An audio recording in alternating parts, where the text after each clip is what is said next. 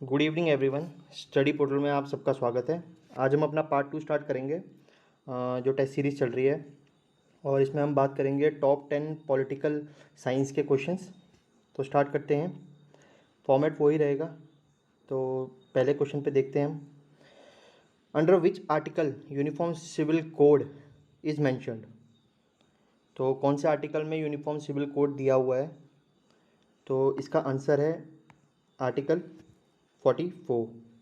Article 44 ये DPSP में आता है, डीपीएसपी में, जो कि पार्ट 4 में है, इससे आ जाता है क्वेश्चंस।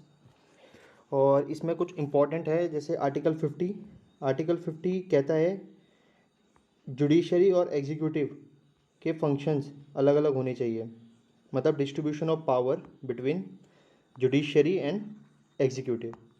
तो ये पॉइंट इंपॉर्टेंट है, याद रखना। आर्टिकल 50 और article 44 for uniform civil code. Second question पे आते हैं हम लोग। Which article is called as heart and soul of the constitution. ये आपने बहुत जगह पढ़ा होगा, ये क्वेश्चन इंपॉर्टेंट है। ये है आर्टिकल 32। बी आर अम्बेडकर ने इसे heart and the soul of the constitution बोला था। बहुत इंपॉर्टेंट है। इससे जो हमारा सुप्रीम कोर्ट है वो रिट्स जारी करता है। रिट्स 5 रिट्स होती है हमारे पास, आपने पढ़ा होगा कभी इन बारे में। फिर हम बात कर लेते हैं बाकी ऑप्शंस की। आर्टिकल 13 है हमारा जुडिशियल रिव्यू। और आर्टिकल 21 है हमारा जो कभी ख़त्म नहीं होता है। आर्टिकल 20 और आर्टिकल 21 जो है वो इमरजेंसी में भी हमेशा रहता है, और इसलिए दोनों आर्टिकल इम्पॉर्टेंट है। और एक और आर्टिकल है आर्टिकल 21A, इसमें आता है हमारा राइट टू एजुकेशन। ठीक है, तो ये सारे पॉइंट्स याद रखना। हम थर्ड क्वेश्चन की तरफ जाते हैं। Under which act trade monopoly of east India company was ended with China. तो कौन से एक्ट के थ्रू जो कंपनी ईस्ट इंडिया कंपनी थी उसकी मोनोपोली ख़त्म की गई चाइना के साथ ट्रेड करने की? तो इसका आंसर होगा चार्टर एक्ट ऑफ 1813, जिसमें ट्रेड ख़त्म कर दिया गया था, ट्रेड मोनोपोली ख़त्म कर दी गई थी विथ चाइना, एक्सेप्ट टी। चाय का अभी भी सिर्फ ईस्ट इंडिया कंपनी ही ट्रेड कर सकती थी चाइना के साथ। तो एक्सेप्ट टी है, बाकी सब ट्रेड की मोनोपोली हटा दी थी ईस्ट इंडिया कंपनी की, वहाँ की गवर्निंग बॉडी ने। और चार्टर एक्ट ऑफ 1853 ये वही चार्टर एक्ट है जिसके अंदर सिविल सर्विसेज इंडियंस, ये याद रखना, सिविल सर्विसेज इंडियंस के लिए स्टार्ट हुआ था। सिविल सर्विसेज, मेरी हैंडराइटिंग थोड़ा ख़राब है बट आप पॉइंट्स याद रखना। चलो क्वेश्चन नंबर 4 देखते हैं। Due jure term is used for which of the following person. तो डी जूरे किसके लिए यूज़ होता है? तो डी जूरे यूज़ होता है हमारे प्रेसिडेंट के लिए। एक और वर्ड होता है डी फैक्टो, ये वर्ड यूज़ होता है प्राइम मिनिस्टर के लिए। इम्पॉर्टेंट है। होता यह है कि डी फैक्टो से हम ऐसे याद रख सकते हैं कि फैक्टो मतलब जो फैक्ट के तौर पे देखा जाए तो रियल कॉन्स्टिट्यूशन का हेड या फिर गवर्नमेंट का हेड हमारा प्राइम मिनिस्टर होता है। तो डी फैक्टो होता है प्राइम मिनिस्टर के लिए, और डी जूरे होता है प्रेसिडेंट के लिए। ठीक है, तो ये क्वेश्चन याद रखना, ये इंपॉर्टेंट है, ये ऑलरेडी एक बार सीरीज में पूछा जा चुका है। फिर हम क्वेश्चन नंबर 5 की बात करते हैं। By which constitution amendment Sikkim became an integral part of India. तो कौन सा कॉन्स्टिट्यूशन अमेंडमेंट एक्ट था जिससे सिक्किम को इंटीग्रल पार्ट बनाया गया इंडिया का? तो इसका जवाब है कॉन्स्टिट्यूशन अमेंडमेंट 36। इसमें इंटीग्रल पार्ट बनाया गया था सिक्किम को इंडिया का 36। बाकी ऑप्शंस की बात कर लेते हैं।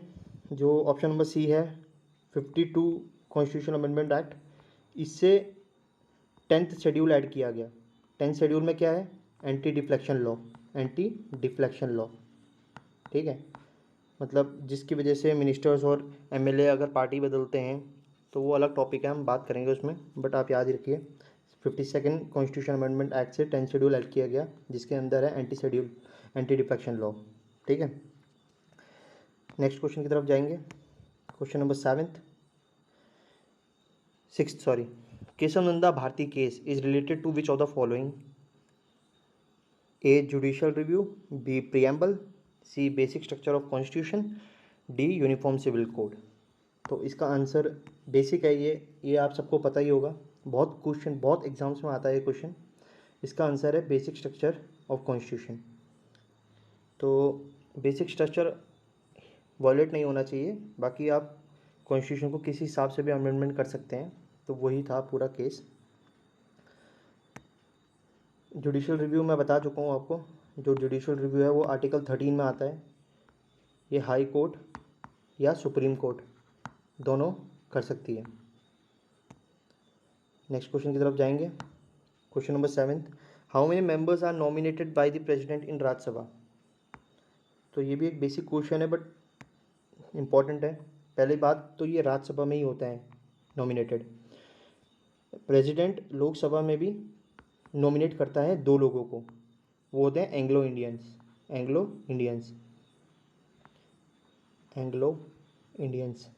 ठीक है, और राज्यसभा में नॉमिनेट करता है प्रेसिडेंट 12 लोगों को।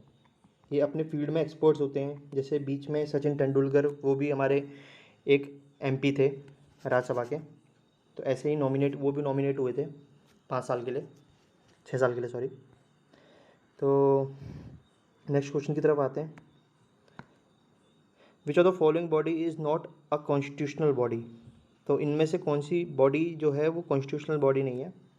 तो इसका आंसर होगा planning commission. Planning commission constitutional body नहीं है, ये एक एग्जीक्यूटिव बॉडी है। एग्जीक्यूटिव बॉडी, अब 3 टाइप की बॉडीज़ होती हैं, कॉन्स्टिट्यूशनल, नॉन कॉन्स्टिट्यूशनल।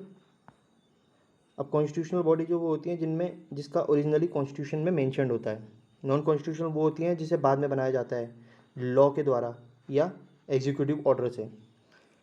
तो नॉन कॉन्स्टिट्यूशनल बॉडी में भी 2 होते हैं, एक स्टैट्यूटरी बॉडी होती है जिसे हम लॉ से बनाते हैं, ये पॉइंट्स याद रखना, और एक होती है एग्जीक्यूटिव बॉडी जिसे सिर्फ एग्जीक्यूटिव ऑर्डर से बनाया जाता है, उसके लिए कोई लॉ नहीं लाया जाता है। जैसे नीति आयोग इम्पॉर्टेंट है, प्लानिंग कमीशन ख़त्म किया तो उसे नीति आयोग में कन्वर्ट किया गया, और नीति आयोग भी एक एग्जीक्यूटिव बॉडी है, ये इम्पॉर्टेंट है। नेक्स्ट क्वेश्चन देखते हैं हम। Sarkaria commission is related to which of the following work? तो सकारिया कमीशन किसके लिए बनाई गई थी?